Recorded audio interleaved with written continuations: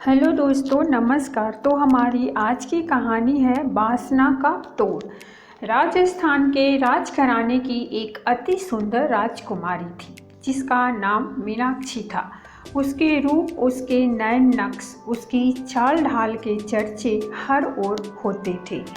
आसपास से लेकर दूर दराज की रियासतों के राजकुमार अक्सर विवाह प्रस्ताव भेजा करते थे, किंतु अभी राजकुमारी की आयु को देखते हुए उनकी महारानी माता उनके प्रस्ताव पर विचार नहीं करती थी। उसी महल में एक दासी थी जिसका नाम रुक्मा था और रुक्मा का एक बेटा था बिरजू। एक दिन बिरजू महल देखने की इच्छा से महल में आ गया और गलती से वह रानी के बास में प्रवेश कर गया। राजकुमारी मीनाक्षी ने जब यह देखा कि कोई अनजान व्यक्ति उनके महल की ओर बढ़ रहा है तो वह तुरंत बाहर निकल कर आई और गुस्से में चिल्लाते हुए बोली, कौन हो तुम और यहाँ आने का साहस कैसे हुआ?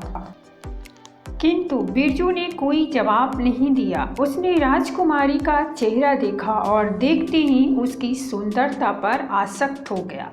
जब उसने कोई जवाब नहीं दिया तो राजकुमारी मीनाक्षी जोर से चिल्लाई, कौन है यहाँ और किसने इसे अंदर आने की आज्ञा दी? यह सुनकर उस महल की दासी रुक्मा वहां दौड़ कर आई और उसने कहा, यह मेरा बेटा बिरजू है। राजकुमारी जी, बहुत दिनों से इसके मन में महल देखने की इच्छा थी, इसीलिए यह यहाँ आ गया। राजकुमारी मीनाक्षी ने रुक्मा को डांटा। अपने बेटे को महल में प्रवेश तो करा दिया, पर इसे यह भी बता देती कि रानीवास की तरफ यह ना आए। जो आज्ञा राजकुमारी जी, आज के बाद यह इस तरफ प्रवेश नहीं करेगा। और रुक्मा अपने बेटे बिरजू का हाथ पकड़कर वहां से ले गई, लेकिन बिरजू बार बार पलटकर राजकुमारी मीनाक्षी के सुंदर चेहरे को निहारता रहा। बिरजू एक आवारा लड़का था जिसे प्रेम शब्द का अर्थ नहीं मालूम था। वह सिर्फ बासना जानता था। वह एक आकर्षक नौजवान था और घर पर या अपने काम पर कम और वेश्यालय में अधिक दिखाई देता था। जब से उसने राजकुमारी मीनाक्षी को देखा तब से वह रात रात भर बेचैन रहने लगा। उसने काम पर जाना बंद कर दिया, यहाँ तक कि उसने वेश्यालय की ओर भी जाना बंद कर दिया। आखिरकार उसे यूं बेचैन देख उसकी माँ रुक्मा ने उससे प्रश्न किया, क्या बात है बिरजू, आजकल तो कुछ खोया खोया सा रहता है। तेरे चेहरे पर वह खुशी और वह चमक नहीं दिखाई देती जो पहले थी। बिरजू ने कहा, माँ, मुझे प्रेम हो गया है। बेटी की इन बातों को माँ ने बिल्कुल भी गंभीरता से नहीं लिया और छिटकते हुए बोली, यह फालतू की हंसी ठिठोली अपनी माँ से मत कर। तुझे तो हर दूसरे दिन किसी नई से प्रेम हो जाता है। अब पता नहीं कौन सी वेश्या के साथ तुझे प्रेम हो गया है। खबरदार, जो घर के अंदर किसी वेश्या को ब्याह कर लाया तो। बिरजू बोला, नहीं, मुझे किसी वेश्या से नहीं बल्कि मुझे राजकुमारी मीनाक्षी से प्रेम हो गया है। यह सुनकर रुक्मा ने तो मानो अपना सिर ही पीट लिया। अरे बेवकूफ़, आज के बाद ऐसी फालतू की बात अपने मुंह पर ले मत आना। कहाँ राजा भोज, कहाँ गंगू तेली। अगर किसी ने सुन लिया तो सुनने भर से ही फांसी लगा देंगे, समझा? किंतु बिरजू भी कहाँ मानने वाला था। उसने अपनी माँ से स्पष्ट कह दिया कि अगर राजकुमारी मीनाक्षी से उसका ब्याह नहीं हुआ तो जिंदगी में कभी ब्याह नहीं करेगा और अपनी पूरी जिंदगी इन्हीं वेश्याओं के कोठे पर बिता देगा। और रुक्मा भी मजबूर हो गई। वह रोज महारानी के दरबार में जाकर उनकी सेवा करती। वह उनसे बिरजू के साथ राजकुमारी मीनाक्षी के ब्याह की बात करना तो चाहती थी, पर हिम्मत नहीं जुटा पाती। कुछ दिन तक ऐसा ही चलता रहा। फिर एक दिन महारानी ने पूछ ही लिया, क्या बात है रुक्मा, कोई ऐसी बात है जो तुम मुझसे कहना चाह रही हो पर कह नहीं पा रही हो? कुछ दिनों से मैं देख रही हूँ कि तुम कुछ कहना चाहती हो, क्या है, मुझे बताओ। दासी रुक्मा ने डरते डरते महारानी को राजकुमारी मीनाक्षी के प्रति बिरजू की आसक्ति और उसकी जिद के बारे में सब कुछ बता दिया। महारानी ने सारी बात बड़े ध्यान से सुनी और कहा, ठीक है, कल सुबह अपने बेटे को लेकर मेरे पास आ जाना। राजकुमारी से विवाह करने की एक योग्यता होती है। यदि उसमें वह योग्यता हुई तो मैं उसका विवाह अपनी बेटी से करा दूंगी। जा, कल लेकर आ। रुक्मा बहुत खुश हुई। उसे सपने में भी ऐसी आशा न थी कि महारानी इतनी आसानी से मान जाएंगी। वह खुशी खुशी अपने बेटे के पास गई और अगले दिन उसे सज धज कर अच्छे कपड़े पहनकर महारानी के सामने पेश होने को कह गई।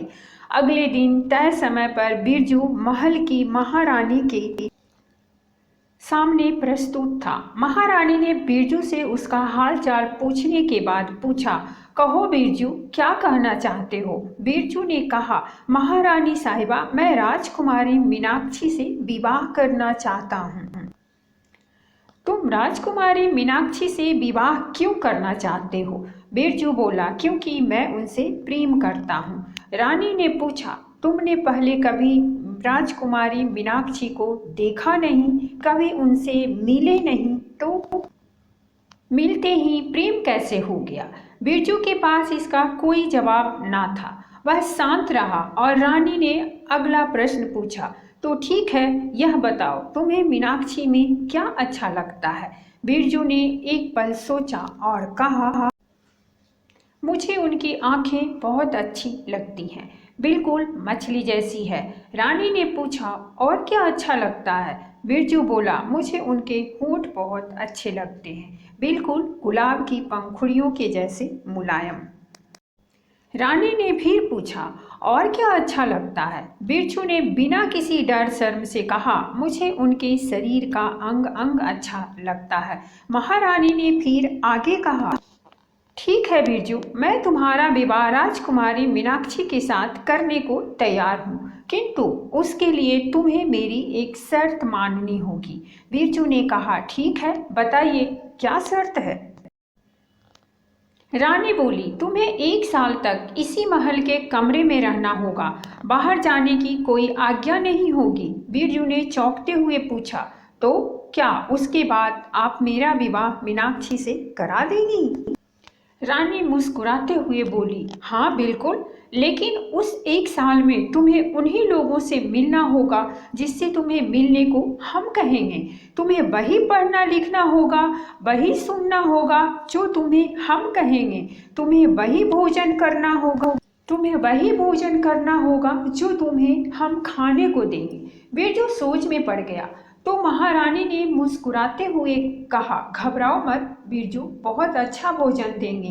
बिरजू ने सारी शर्तें मान ली और उसके बाद 1 साल के लिए बिरजू उस कमरे में बंद कर दिया गया जहां ऐशो आराम के सभी साधन मौजूद थे, किंतु उसकी दिनचर्या वैसी ही रही जैसी महारानी ने तय की। आखिरकार 1 वर्ष के बाद महारानी ने बिरजू को अपने सामने पेश करने का आदेश दिया। बिरजू महारानी के सामने आया और महारानी ने उससे कहा, तुम मेरी परीक्षा में उत्तीर्ण हुए। महारानी ने पूछा, बिरजू तो बताओ, बिरजू कब विवाह करोगे? बिरजू बोला, विवाह किससे? रानी बोली, मेरी पुत्री मीनाक्षी से, जिससे तुम प्रेम करते हो। बिरजू बोला, मीनाक्षी? वह तो सिर्फ एक देह है। रानी बोली, उसी देह से तो तुम प्रेम करते थे। बिरजू ने उत्तर दिया, मेरी देह वासना अब समाप्त हो चुकी है। महारानी ने पूछा, यह देह वासना क्या होती है?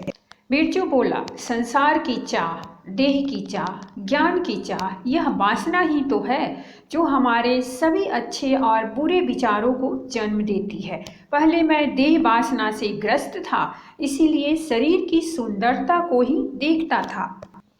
सुंदर आंखें, सुंदर होंठ, सुंदर वक्ष, अंगों का सौंदर्य ही मेरे लिए सत्य था। देह वासना से ग्रस्त व्यक्ति संसार के विषयों को ही देखता है, परंतु अब मैंने शरीर का महत्व जाना है। अब मैंने जाना है कि शरीर आत्मा नहीं बल्कि आत्मा तक पहुंचने का वाहन है। हमें इस वाहन की देखभाल तो करनी चाहिए, पर इसके लिए जुनून और बेचैनी बिल्कुल ठीक नहीं। मैं सिर्फ राजकुमारी की देह की सुंदरता के लिए ही बेचैन था। देह वासना से ग्रस्त व्यक्ति संसार की मांसलता को ही देख सकता है, लेकिन सच यह है कि हम सिर्फ एक शरीर नहीं हैं। फिलहाल मैं राजकुमारी मीनाक्षी से विवाह तब तक नहीं करूंगा जब तक मन, बुद्धि और ज्ञान के स्तर पर हम एक ना हो जाएं, क्योंकि विवाह शर्तों पर जीऊंगा। आज से मैं अपने आप को लोक वासना से मुक्त करता हूँ। इतने में रुक्मा बोल पड़ी, तो क्या जीवन भर किताबें ही पढ़ता रहेगा? बिरजू बोला, माँ, सिर्फ किताबें पढ़ने से ही सत्य का अनुभव नहीं होता। बिना अनुभव के शास्त्रों का ज्ञान भी शास्त्र वासना है। रुक्मा ने पूछा, तो कहना क्या चाहता है, करना क्या चाहता है? बिरजू बड़े शांत स्वभाव से बोला, धर्म का पालन। सिर्फ धर्म के पालन से ही अर्थ, काम और मोक्ष की प्राप्ति होती है। बेटे के मुंह से ऐसी बातें सुनकर माँ रुक्मा ने अपना सिर ढूंढ लिया। वह समझ गई कि लड़का हाथ से निकल गया, अब वह कहीं साधु ना बन जाए।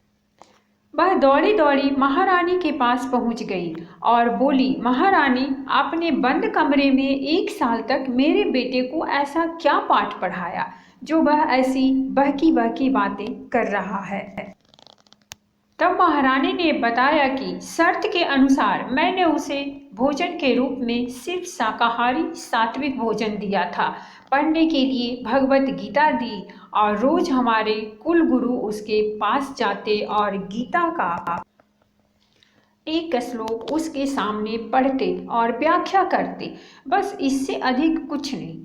अपनी माँ के पीछे पीछे बिरजू भी वहाँ पहुँचता है और महारानी के बुलावे पर कुल गुरु भी वहाँ आ पहुँचते हैं। बताइए कुलगुरु, क्या सिखा दिया आपने बिरजू को पिछले 1 साल में? कुलगुरु मुस्कुराकर बोले, इसका उत्तर बिरजू ही दे तो ज़्यादा बेहतर होगा। कुलगुरु की आज्ञा पाकर बिरजू ने बताया, हर व्यक्ति में अच्छी और बुरी वासनाएं होती हैं। बुरी वासना बंधन का कारण होती है। वे आपराधिक और विध्वंसक व्यक्ति को जन्म देती है। इसे श्रीमद् भगवत गीता में असुरी संपत्ति कहा गया है। अच्छी वासनाएं मनुष्य को बंधन से मुक्त करती हैं। वे सकारात्मक और रचनात्मक वृत्ति को जन्म देती हैं। इसे गीता में दैवीय संपत्ति भी कहा गया है। अच्छी संगत, सात्विक भोजन, सत्संग और ज्ञानवर्धक किताबें हमें नकारात्मक वासनाओं के जाल से निकालकर पापी और अपराधी बनने से बचाकर मुक्ति की ओर ले जाती हैं। ऐसा कहकर बिरजू ने अपने गुरु के चरण स्पर्श किए। दोस्तों, हमारे जीवन में भी पाप और अपराध की अधिकताएं इसीलिए हो गई हैं क्योंकि हम उन चीज़ों से दूर हो गए हैं जो हमारे लिए एक आध्यात्मिक जीवन जीने के लिए जरूरी है। तो दोस्तों, ये थी हमारी आज की कहानी। अगर कहानी अच्छी लगी हो तो प्लीज़ हमारे चैनल को सब्सक्राइब कीजिए, वीडियो को लाइक और शेयर जरूर कीजिए। कहानी सुनने के लिए बहुत बहुत धन्यवाद।